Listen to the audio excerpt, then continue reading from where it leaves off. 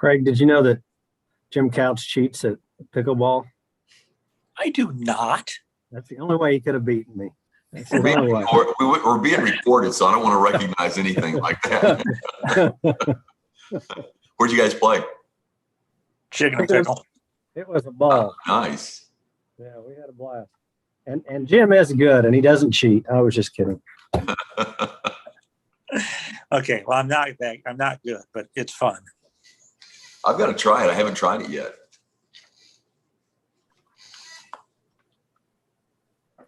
I think Todd and I should take on the two city managers and see who's the best.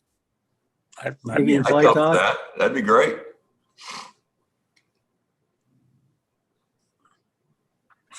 Todd's not smiling.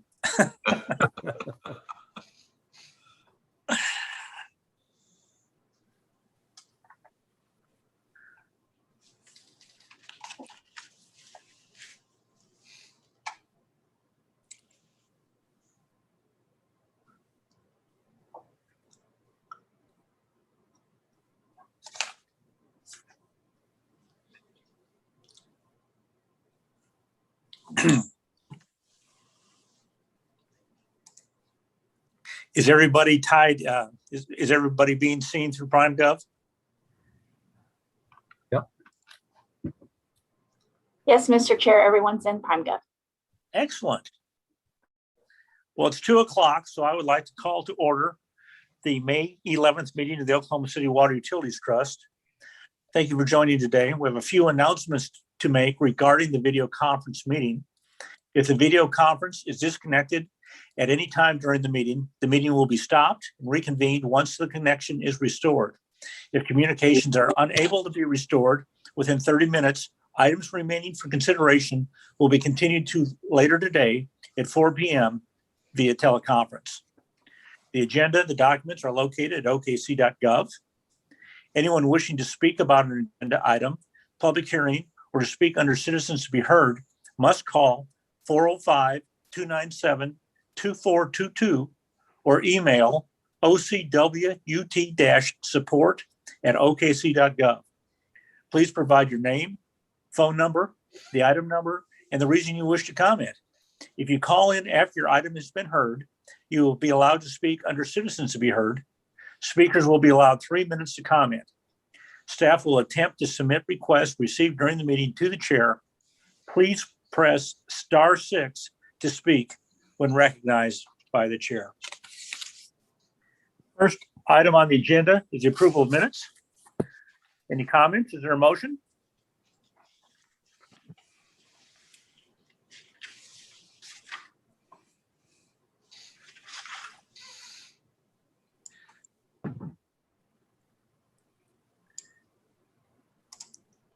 All right, we have a motion and a second.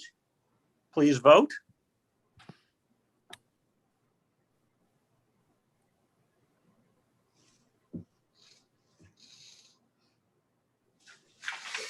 And it passed 5-0. The next item on the agenda, item 3, is the consent docket. There are a number of items, contracts, and contract amendments.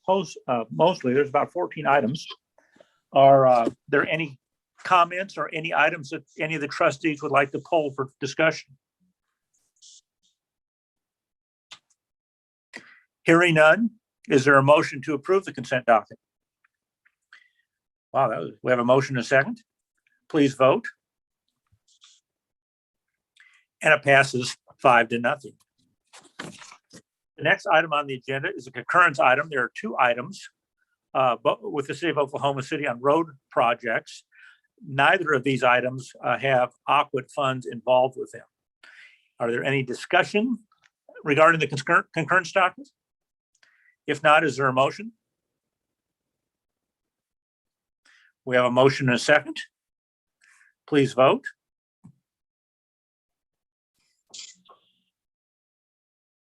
And the motion passes 5-0. Today, there are no emergency construction contracts.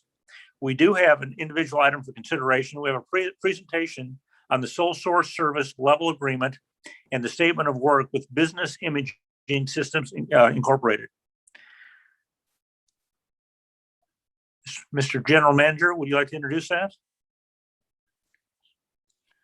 Thank you, Mr. Chairman. We have a presentation today from Josh Morgan, who is going to give you all a briefing on this particular software that is part of our integration plan to help speed up the project management process and the claims process. So with that, Josh, are you there?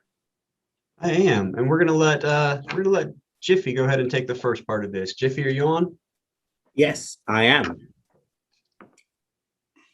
Good afternoon, Chairman and the trustees. My name is Jiffy John Samuel, and I want to give you an update on Awkward's electronic procurement and claims initiative. And at the same time, we are requesting for additional approval for the implementation of the citywide claims initiative. In line with Awkward's need for efficiency, we are nearing completion with regard to digitizing Awkward's PO process and the claims process. The initiative was a joint resolution with the City of Oklahoma City, and it was approved in 2020. Some of the major benefits we have gained from electronic procurement initiative is definitely the digitization of the paper purchase request process. There is increased efficiency with tracking, transparency, routing, and definitely there is improved data and accurate storage. Integration with city financial systems is definitely going to eliminate some of the manual data entry process and streamline the PO creation process. When it comes to accounts payable process, there is a big benefit of reviewing and approving claims electronically by engineering and finance. There is increased efficiency with tracking, transparency, vendor payment turnaround time, and in maintaining a permanent trail of any edits that are made to the claim. More importantly, the application is a clean and consistent format with data validation and exclusion processes plugged in. Integration with the city financial system, PeopleSoft, is definitely going to eliminate some of the manual data entries that the city finance makes when it comes to voucher generation and then eventually into a check or an ACH. Thank you, and that's it from me, and I'll pass it to Josh Morgan for the rest of the presentation. Over to you, Josh. Perfect. Good afternoon. So my name is Josh Morgan. So as Jiffy said, the initiative had really two phases. So the first phase was to do what Jiffy just talked about. So the purchase requisition and the claims approval process, to digitize those inside of the utilities department. And the second part was to take a look at the citywide accounts payable processes and look for maybe efficiencies that we could help implement there as well. So that evaluation has been done, and they definitely found some efficiencies that we could help gain citywide, utilizing processes similar to what we're implementing in the utilities department. We've worked really tightly with both the Oklahoma City IT department as well as the finance department for the last few months, designing this plan moving forward. And some of the main benefits the finance department sees are similar to what Jiffy just talked about, but eliminating paper. Just like we've done, the city's done with electronic plan review, the efficiencies when you can receive things digitally and approve things digitally. You eliminate user error if there's data entry errors. You eliminate, maybe lost claims. Just there's always that visibility and the trackability of where things are at from the time we receive it until the time it's approved. So eliminating paper is huge. And then automated workflows to help enhance and streamline the approval process. So based upon the types of claims that come in, we can implement some workflows to get them to the right departments a little bit quicker. So the process to implement a citywide accounts payable process, a digital accounts payable process. So it's going to build on the foundation that we're already implementing in the utilities department. It's going to add even tighter integration with the city's financial systems. So more of that data validation that can happen up front helps to streamline all that once it gets going. And then it will continue to streamline the utilities department's claims process while also providing benefits to the other city departments. So that tighter integration with PeopleSoft is really where we continue to see more benefits and more of that data validation and more of that automated routing. So that's where we're able to take what we've kind of built in the utilities department, beef it up a little bit, and create more of a process that can be duplicated throughout the other departments pretty easily. So this will be an enterprise application moving forward. So due to the fact that other city departments will benefit from this, the Oklahoma City IT department will be providing some capital funds to aid in the implementation.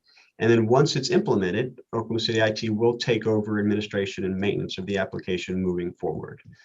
The total cost for the citywide accounts payable portion of this was right at $460,000. It is based on time and materials. So this is one of those where, you know, we've got project managers overseeing the initiative, and they will only pay for the work that they do. The software is, so that $460,000 is about half software licensing and about half professional services to implement it. And it does include enough licenses. So the finance department ensured that there would be enough licensing included for all the city departments to be able to interface with the citywide accounts payable process. So this should be a really, really good foundation and get everybody cut over to it. And then the bottom one there is the total Aquit cost, right at $348,000 moving forward.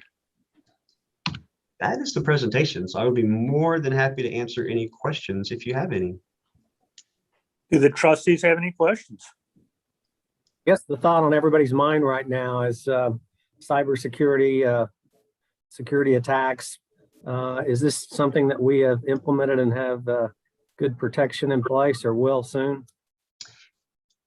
Yes. So in relation to this, yes. So the entire process that we're talking about in this presentation, everything resides on our network behind our firewalls. So there's nothing externally facing that poses any more threat or any increased threat at all. Everything's on the inside. Essentially, the way this is going to start out is, and many vendors already do this today, but they'll be emailing claims in. That's the way that it starts. Thank you. I have a question on the cost, the increase of 465,000. So, and in parentheses, it says Aquit's increase of 348,000. Can somebody explain that to me? Is OKC IT paying the difference of that? How are we splitting funds on that? Yes, sorry. So the total cost for implementation, that's not the ongoing cost. This is just the one-time cost to buy the licenses and to implement and configure the software. So the total cost is that $465,000. IT is providing $117,000 worth of it's out of their capital budget. So they have money already set aside working through the budget process to implement a solution similar to this. So that's the difference. So the implementation cost, IT is providing $117,000, and then Aquit is funding the rest of it. But we're going to be using this system citywide, not just for utilities. Yes, ma'am, that's correct. Correct? Okay. Are there other questions? Very good. Great presentation, guys. Appreciate that. So the action item today is a joint resolution with the city approving in addition the statement of work with Business Imaging Systems and for the purchase of software upgrades and licenses, related service configurations and maintenance. Are there other questions, comments? Is there a motion? Motion and a second. Please vote. And it's approved 5-0. Are there any other items from trustees today? The only thing I'd like to say is to thank Mr. Browning for kind of an impromptu addition at the end of the council meeting. That information was meaningful, especially the round up your water bill to the nearest dollar to help a neighbor in need. So I think that's a great program. We should all do that, by the way. Thank you. We should all do that. All right, general manager reports. Mr. Browning? Thank you, Mr. Chairman. Can you hear me okay? Yes, sir. So a couple of things. Let me give you a brief status report and some good news. Up until about 2 weeks ago, the area lakes were full, but the lakes in southeast Oklahoma were about 3 to 4 feet below full pool. Now they're full. As a matter of fact, a little above full, and our spillway is generally completed and it works. I have video to prove it. So, you know, put your mind at ease. The new spillway is in place and it is functional. We're just doing some cleanup down there, and then the contract will be dismissed. contractor will be dismissed. So That's great news. that's a bit of good news.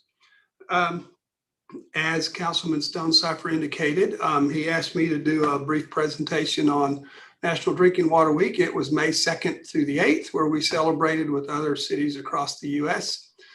I gave council a briefing on kind of some of the high points for the water utility. And then we talked about some of the programs we have in place to help the people who have been financially impacted by COVID this past year, where we've had over 60,000 of our customers donate money through the H2O program, Help to Others program, at about $142,000 so that we could help those in need. And we've also been working with, in addition to the Salvation Army, who manages that or administers that H2O program, we've been working with CARES folks to help the people who live in apartments and some of the low-income families catch up on their water bills. So we highlighted that, and that's a segue into my next item. The delinquent accounts, we're staying in there in the around 6,500 people, $6.6 million in arrears, and water wastewater is 4.6. So with that, that's all I have, Mr. Chairman. Thank you. Any questions for Mr. Browning? Hearing none, I'm not aware of any citizens that have signed up to be heard. No citizens. No citizens. There's no other business. Therefore, we are adjourned. Thank you. Thank you. Everyone have a great day. Thank you.